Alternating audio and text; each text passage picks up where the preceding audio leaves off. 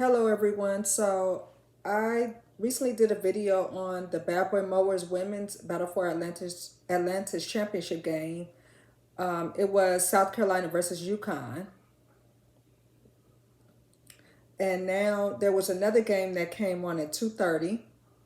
It is called the Bad Boy Mowers Women's Battle for Atlantis Champ. It's not championship, but it was the third place game. It was Oregon against USF. So they had to win for that third place spot. And USF won. And I was surprised USF won. I thought Oregon was gonna win the game. But I'm glad USF won. The score was 62. Oregon had 62.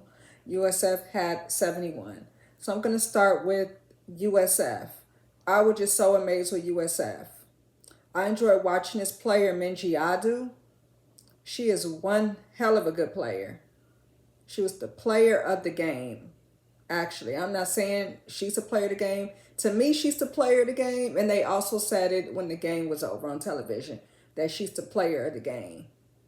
And I believe she is, because she played her butt off and she deserved it.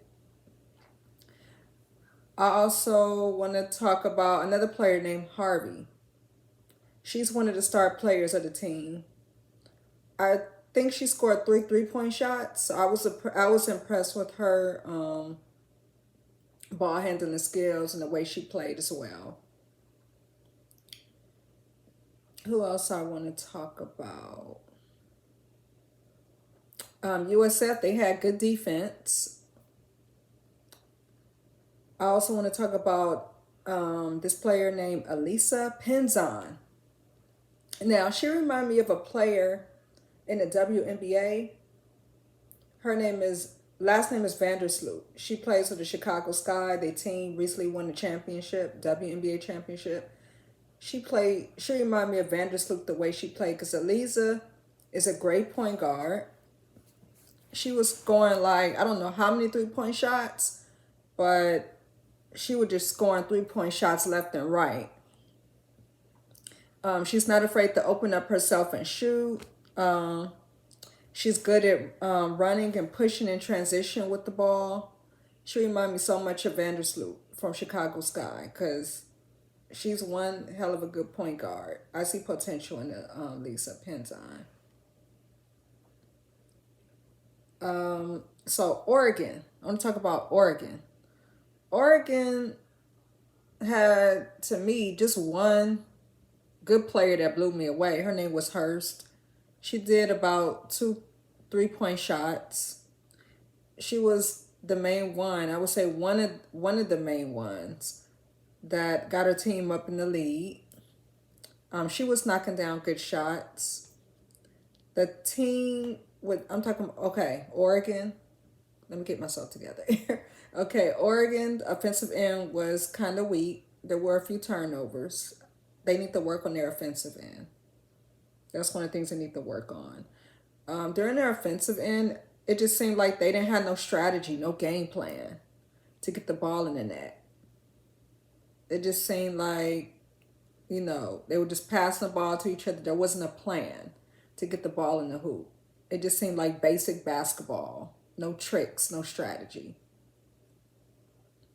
Like, what are you going to bring to the table to this game? How are you going to get the ball to the net? I didn't see no game plan. It just felt boring just watching them play on their offensive end at times. I know their offensive end got better toward the end of first quarter. That's all I have to say. And that is it as far as I can say for Oregon. USF, I'm very proud of USF for winning. Minjiadu, she impressed. I was very impressed with her. I was impressed with Elisa Penzon. She showed out during that game, and she reminded me so much of Vandersloot from Chicago Sky, the way she played. Because with a point guard, she acted like a point guard.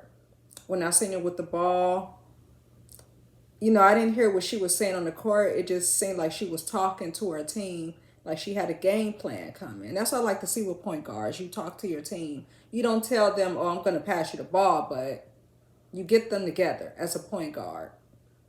And that's what I saw in Elisa Pinzon.